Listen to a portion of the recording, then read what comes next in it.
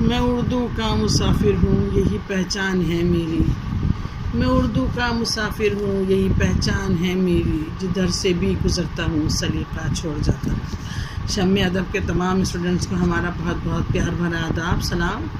12th class کی class چل رہی ہے اور آج ہم نے لیا ہے نثر کا نہیں لیا بلکہ نظم کا لیا ہے، اور نظم میں بھی نظم والا ہی پارٹ لیا ہے، جدید منظومات، کتاب ادبی سپارے، پیج نمبر 60۔ ہم آپ کو پڑھا رہے ہیں لب ساحل اور موج۔ یہ لب ساحل اور موج کے جو نظم ہے یہ ہم آپ کو آج پڑھائیں گے، بہت امپورٹنٹ بھی ہے اور بہت دلچسپ اور مزیدار بھی ہے۔ دور کو ہے لب ساحل سے جو گزری ایک موج، کوہ نے اس سے کہا تو نے نہ دیکھا میرا اوج، مجھ سے مل کر تجھے جانا تھا برائے دم چند، بولی سالک کبھی کرتے نہیں ساکن کو پسند، ہیں بڑے آپ مگر اپنی جگہ سے ہیں ٹل، اپنی رفتار میں کیا فائدہ ڈالوں میں خل۔ دور کو ہے لب ساحل سے جو گزری ایک موج، اکبر الہ آبادی کی یہ نظم ہے۔ وہ کہہ رہے ہیں کہ ایک بار دریا کے کنارے ایک پہاڑ ہے، ایک موج ہے اور ایک دریا کا کنارہ، وہ اٹھتی ہے لہر، اس کو موج کہتے ہیں اردو میں۔ وہ اٹھی اور جب ڈاؤن ہوئی، وہ آئی تو پہاڑ کے نیچے ساحل پر پہاڑ کے پاس نیچے جھک گئی اور بہہ گئی واپس۔ تو اس کو دیکھ کر پہاڑ اس سے بولا کہ کوہ نے اس سے کہا تو انہوں نے دیکھا،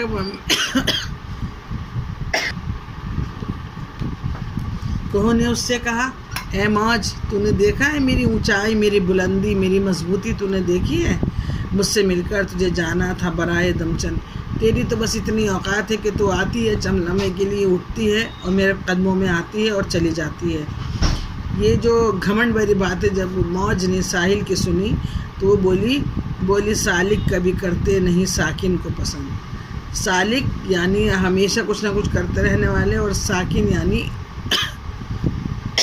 ٹھہرے ہوئے لوگ۔ ہماری طبیعت ناساز ہے ذرا، اس کے لیے معذرت، کہ اے پہاڑ مجھے تجھے دیکھ کے کیا کرنا ہے، مجھ جیسے لوگ جو ہر وقت کچھ نہ کچھ کرتے رہنا پسند کرتے ہیں، وہ ٹھہری ہوئی چیزوں کو پسند نہیں کرتے ہیں۔ بڑے آپ مگر اپنی جگہ سے ہیں اٹل، آپ بڑے بہت ہیں، اے پہاڑ آپ بہت بڑے ہیں لیکن آپ اپنی جگہ سے ایک ذرا سا بھی نہیں ہل سکتے، تو میں آپ کو دیکھ کر اپنی رفتار میں کیوں خلل ڈالوں، میں آپ کو دیکھ کر کیوں بے چین اور مضطرب ہو جاؤں کہ آپ کی طرح میں ہو جاؤں۔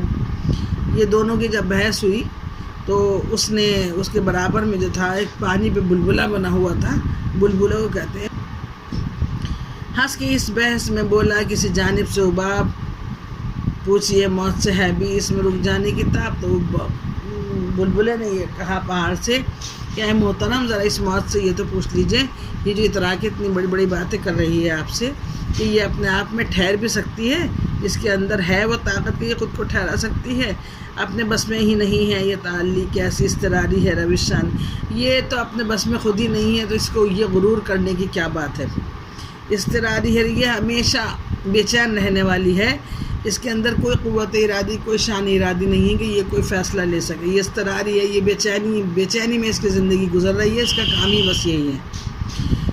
بہ گئی موج یہ کہہ کر کہ میں مغرور سفر دور نہیں، تجھ میں اے کوہ مگر روشنی طور نہیں۔ دونوں کی بات سن کر پھر موج نے جواب دیا کہ ارے جو تمہارا دل چاہے کہتے رہو کہ میں مغرور نہیں ہوں، تجھ میں اے کوہ مگر میں پہاڑ، تو بھی اپنے آپ کو کوہ طور نہ سمجھ، تجھ میں اے کوہ مگر روشنی طور نہیں، تو بھی اپنے آپ کو کوہ طور نہ سمجھ۔ دیکھیں یہاں پر فوراً صنعت تلمی لگ گئی۔ کلام میں ایسے الفاظ کا استعمال کرنا ہے جس کو پڑھ کر ہمیں کوئی بھی تاریخی واقعہ یا قرآن کا حدیث کا یاد آ جائے، وہاں صنعت تلمی لگتی ہے۔ تجھ میں اے کوہ مگر روشنی طور نہیں، روشنی طور سے ہمیں فوراً موسیٰ علیہ السلام کا واقعہ یاد آ گیا، جو پہاڑ پر آپ رب کائنات سے ملاقات کے لیے گئے تھے، اور وہ جلوہ روشن ہوئی تھی، ایک روشنی ہوئی تھی، اور جس کو دیکھ کے پہاڑ کوہ طور پہاڑ جو تھا وہ جل گیا تھا، کہ اگر میں کچھ نہیں ہوں تو اے پہاڑ تو بھی کوئی کوہ طور نہیں ہے۔ بلبلا ٹوٹ گیا، کوہ بھی خاموش رہا، وہی حیرت رہی دریا کا وہی جوش رہا۔ اتنی بات کہہ کر بلبلے کی زندگی بہت تھوڑی سی تھی، وہ ختم ہو گئی، اور کوہ بھی اس کی بات سن کر خاموش رہا، اور دریا میں وہی موجیں آتی رہیں اور جاتی رہیں، اور سب ویسے کا ویسا ہی ہو گیا۔ یہ نظم ہے لب ساحل اور موج۔ ویسے تو اس میں پہاڑ اور لہر اور بلبلے کو نشانہ بنایا گیا ہے کہ وہ آپس میں بات کر رہے ہیں، مگر دراصل ہر چیز، ہر شاعری جو ہے وہ انسانی سبق کے لیے ہوتی ہے۔ تو اس میں بھی یہ ہے کہ کوئی بھی دنیا میں کوئی بھی چیز اللہ تعالیٰ نے نہ بڑی بنائی ہے نہ چھوٹی بنائی ہے، جو چیز جیسی ہے اس کی اہمیت اس کی جگہ موجود ہے۔ سوئی کا کام تلوار نہیں کر سکتی، تلوار کا کام سوئی نہیں کر سکتی۔ تو اس لیے چاہے وہ بلبلا ہو، چاہے وہ پہاڑ ہو، چاہے وہ موج ہو، وہ اپنی اپنی جگہ سب بالکل اہمیت کے حامل ہیں۔ اللہ تعالیٰ نے ہر ایک کا ایک دائرہ کار بنایا ہے، وہ اس میں کام کر رہے ہیں، اس کے بغیر دنیا نہیں چلے گی، اور کسی بھی بات پر کسی کو کوئی غرور نہیں کرنا چاہیے۔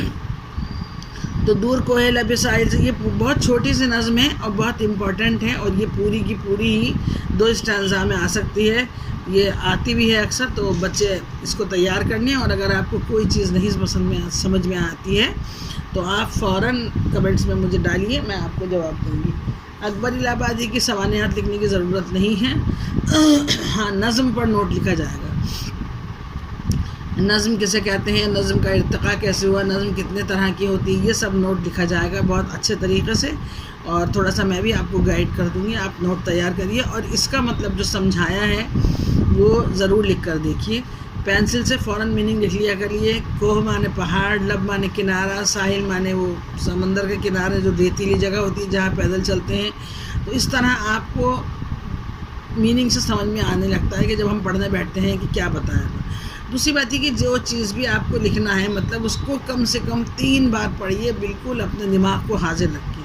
جب آپ 3 بار پڑھیں گے تو تیسری بار میں آپ کو اس کا مطلب خود بخود سمجھ میں آنے لگے گا، اس کے کوئی نہ کوئی چیز آپ کو لنک کرے گی۔ اور زیادہ تر ہماری اردو سمجھنے میں، اردو کی صلاحیت پیدا کرنے میں نظم کے حصے کا ہاتھ ہوتا ہے۔ اگر ہمیں اشعار سمجھ میں آنے لگتے ہیں تو سمجھیے ہمیں پوری اردو سمجھ میں آنے لگتی ہے۔ تو آئی ہوپ آپ کو میرا بالکل پڑھایا ہوا پسند آئے گا اور سمجھ میں آ گیا ہوگا، اور کوئی بات اگر آپ کو ڈاؤٹ فل ہے تو آپ مجھ سے پوچھ لیجئے۔ اگلی کلاس میں پھر ملیں گے۔ اللہ حافظ۔